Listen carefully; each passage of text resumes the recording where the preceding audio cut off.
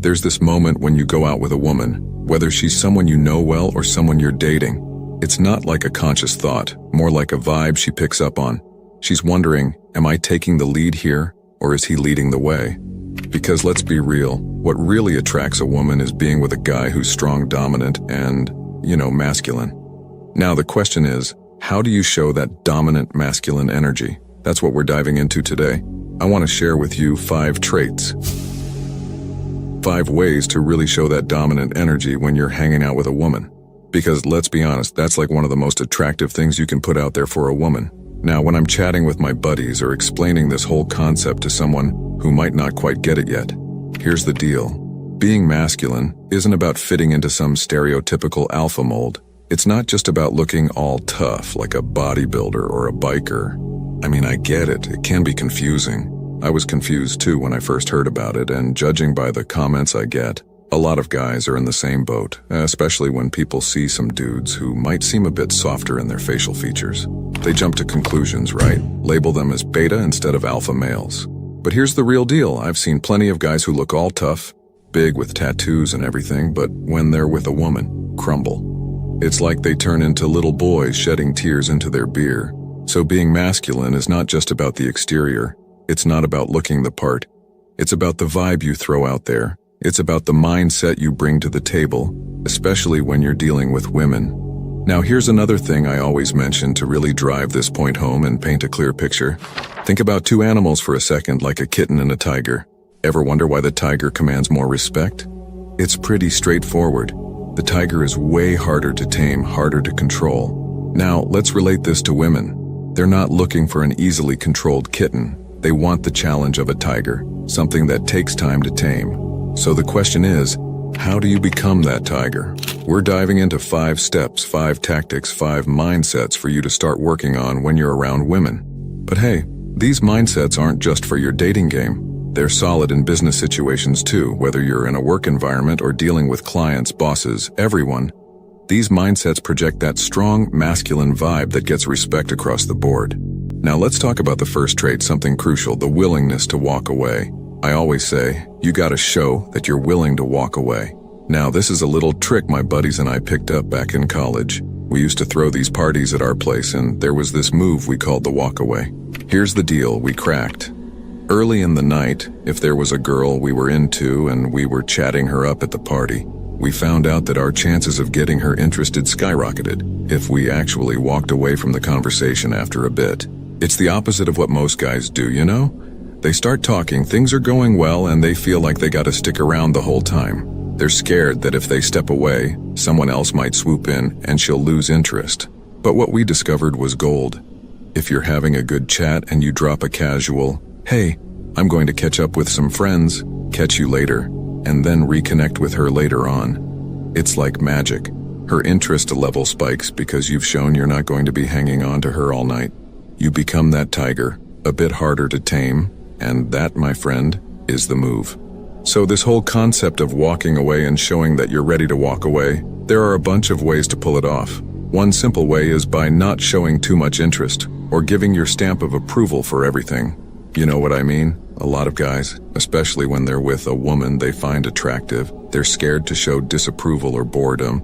It's like they're afraid to let her know if they're not impressed with something she says. Take, for example, if she's telling a story and it's not really up to your standards. Maybe she's going on about cheating at something, and the typical nice guy might be like, "Oh, that's so cool." But if you genuinely think it's not cool, you call her out on it. Why? Because it shows her you're not willing to put up with that kind of behavior, that you've got standards and you're ready to walk away if things don't align. Here's the thing, when you're in the dating game with a woman, showing that you're ready to walk away is crucial. A lot of guys hit me with, "She's canceled on me every time I try to make plans."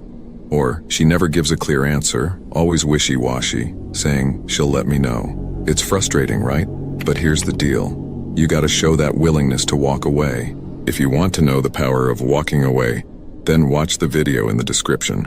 Now you might say, should I give her an ultimatum? No, that's not the move. What you do is tell her straight up, "Look, flakiness is a real turnoff for me. It was cool hanging out, but I'm not sure this is going to work out." And you actually walk away.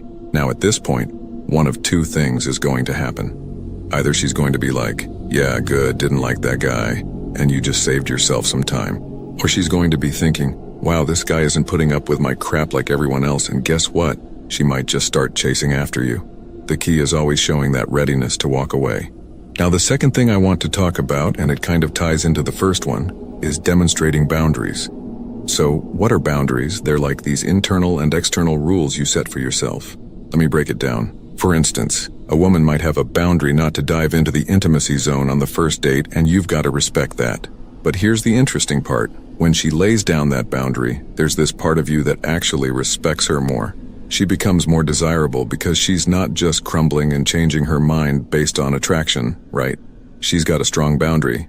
Now, as guys, we want to roll with similar vibes, whether it's in our dealings with her or just navigating life in general that affects her. Let me give you an example. My phone stays on Do Not Disturb all day because I'm in the zone writing, creating videos like this.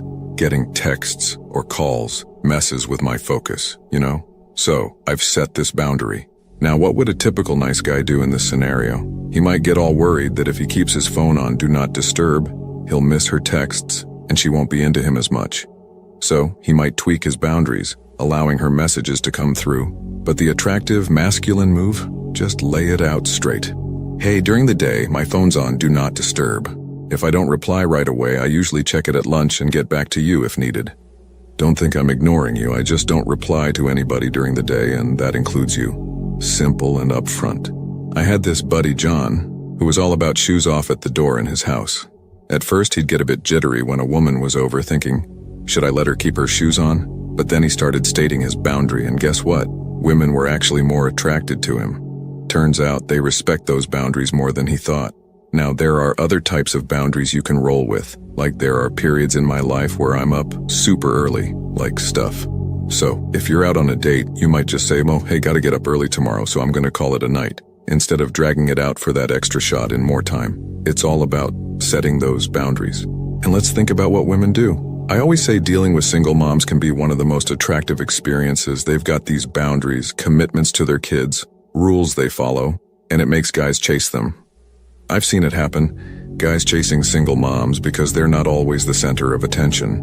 Most women, not all, but most, won't bend these boundaries for a new guy, and that just amps up their attractiveness. You've got to have similar things going on. I have buddies who are into golf, and every Sunday, that's their golf day with the crew. Now, when they start dating someone, they lay it out right away. Sundays are golf days with friends, and you can bet women will try to test them. Hey, this Sunday my friend's having this event, you should come. They want to see if you're willing to give up golf day to join her for a cousin's party or a picnic.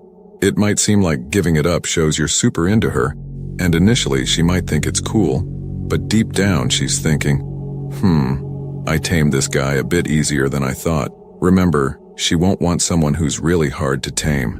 Now, moving on to the next thing, projecting that masculine vibe. Be willing to say no. I always say the most attractive word you can toss out there to a woman is no. Let me say it again for emphasis. The most attractive word you can say to a woman is no. I've seen it play out with guys, and let me share a story from my time waiting tables, working with a bunch of young women. Great way to meet people, you know? There was this dude, Ali, and he had a reputation. You could swap shifts, right? So let's say I was scheduled for a Friday night, but I wanted it off. I could ask a coworker to cover for me. Now, girls knew Ali couldn't say no. They'd go up to him, flirt a bit, and say, hey, I have to work New Year's Eve. Can you cover for me? Ali, being Ali, would be like, oh, New Year's Eve? I have plans. But with a touch and a plea, he'd end up signing up for the shift. He thought he was scoring points, but in reality, not so much. Now, if a girl came to me with the same request, I'd be like, get out of here. You think I'm working New Year's Eve for you? And funny enough, even though I'm saying no, they'd respect me a whole lot more. Saying no, my friend, that's the move. Female friends pull this move too, you know? If you've got a female friend who's always known she's got some kind of power over you, and then you start dating someone new, she'll pick up on it. Suddenly she turns up the flirtation and tries to steer you away from that new girl. She'll be like, hey, why don't we go somewhere tonight? And if you're kind of into your female friend and not so sold on the new girl, you might think, oh, she's getting jealous, I better seize this chance to hang out with her instead. But guess what? By doing that, you're giving her exactly what she wanted. The real power move here is saying no. I actually have plans tonight, but maybe another day. When you drop a no, you're showing you're firm in your decisions, comfortable in your energy and masculinity. No amount of batting eyelashes is going to make you change your mind. That's where the real strength lies. This also ties into favors and all that, you know? Imagine you're out at a bar hitting it off with a new girl and she's like, "Oh, I gotta go do something. Can you hold my bag for a second?" Now, 20 minutes later, there you are, stuck holding her bag like a fool. Well, reality check, just say, "Hey, I'm not going to hold your bag. I'd love to keep chatting when you get back, but I'm not playing bag holder." She's going to respect you more. I always think about it like this. Would you do it for your friends? If your buddy asked you to hold his umbrella all night at a bar, you'd probably be like, "No, not happening, dude." Now, if a cute girl asks the same and you say, "Sure," now you're stuck with her umbrella all night. Congratulations, you just became the easily tamed tiger. So bottom line, be ready to say no. Let's dive into the next one. And actually, the next two kind of go hand in hand, and I'm going to roll through these together. The first one, let's call it approval honesty. Yeah, approval honesty might be the name for it. What I mean is you should never use approval as a tactic to build rapport. See, in a flowing conversation when things are clicking and you're vibing, throwing out some, "Oh my God, that's so cool," is all good. You're in the groove. But here's the deal. A lot of guys mess up early on. They sit down for a date or they're just getting to know a woman, and right off the bat, they start dishing out instant approval, thinking it's going to amp up their attractiveness. In reality, it just shows you're a tiger she can easily tame. You don't have to jump in with, "Oh, that's so cool that you do that," or, "Yeah, I love those shoes." Take a step back, chill, be more the judge. Like, "Tell me more about that." Let her put in a little effort to impress you or earn your approval. That's the game plan. Let's break down this whole idea of taming a tiger. It's not an instant gig, you know? Taming a tiger takes time and effort. The more she puts in, the more respect she's going to have for you as a guy. Building on that, here's a tip. Don't be constantly qualifying yourself. So imagine you're in a chat and the topic sways to her ex-boyfriend. She's like, "My ex was so annoying, always glued to football on Sundays. I never got any time with him." Now there's always that guy who jumps in trying to qualify himself like, "Oh, I'd never be like that. My ex used to watch the show and it was so annoying."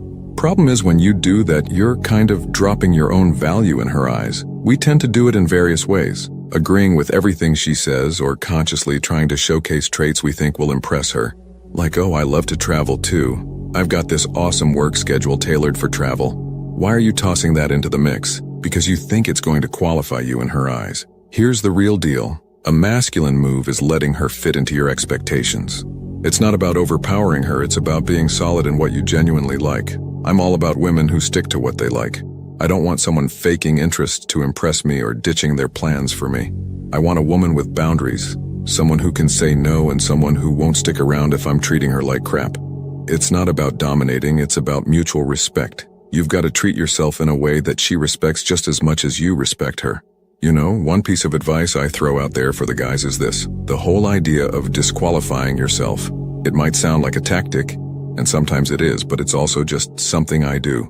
So picture this. A woman says something like, "I can't deal with messy guys, and truth be told, you're a bit of a slob." What I do is just casually drop, "Well, you might as well cross me off the list because I'm a slob, no doubt about it." Disqualifying myself right there. Let's say she's all about that feminist vibe, talking about workplace equality and such, and maybe that's not your vibe. Just say it straight up. "Man, I'm totally old school. I want a wife who has dinner on the table when I come home, massaging my feet and all." It's like disqualifying yourself if that's not her scene. See, the thing is, the nice guy thinks, "Oh no, I'm taking myself out of the game." But reality check. You've become way more intriguing to her. Why? Because you're not desperately seeking approval. You're not afraid to risk losing it. You're ticking all the boxes, showing you're ready to walk away, showcasing your boundaries, saying no when needed, not seeking approval, and not constantly qualifying yourself. That's the real essence of being masculine. If you got anything new from this video, then give us a like and you can share with your single friends who need this info. Because let's be real, being masculine isn't about putting on a tough guy act. It's about what's happening inside you. You can also subscribe and let me know in the comments that you subscribed and turned on the notification bell.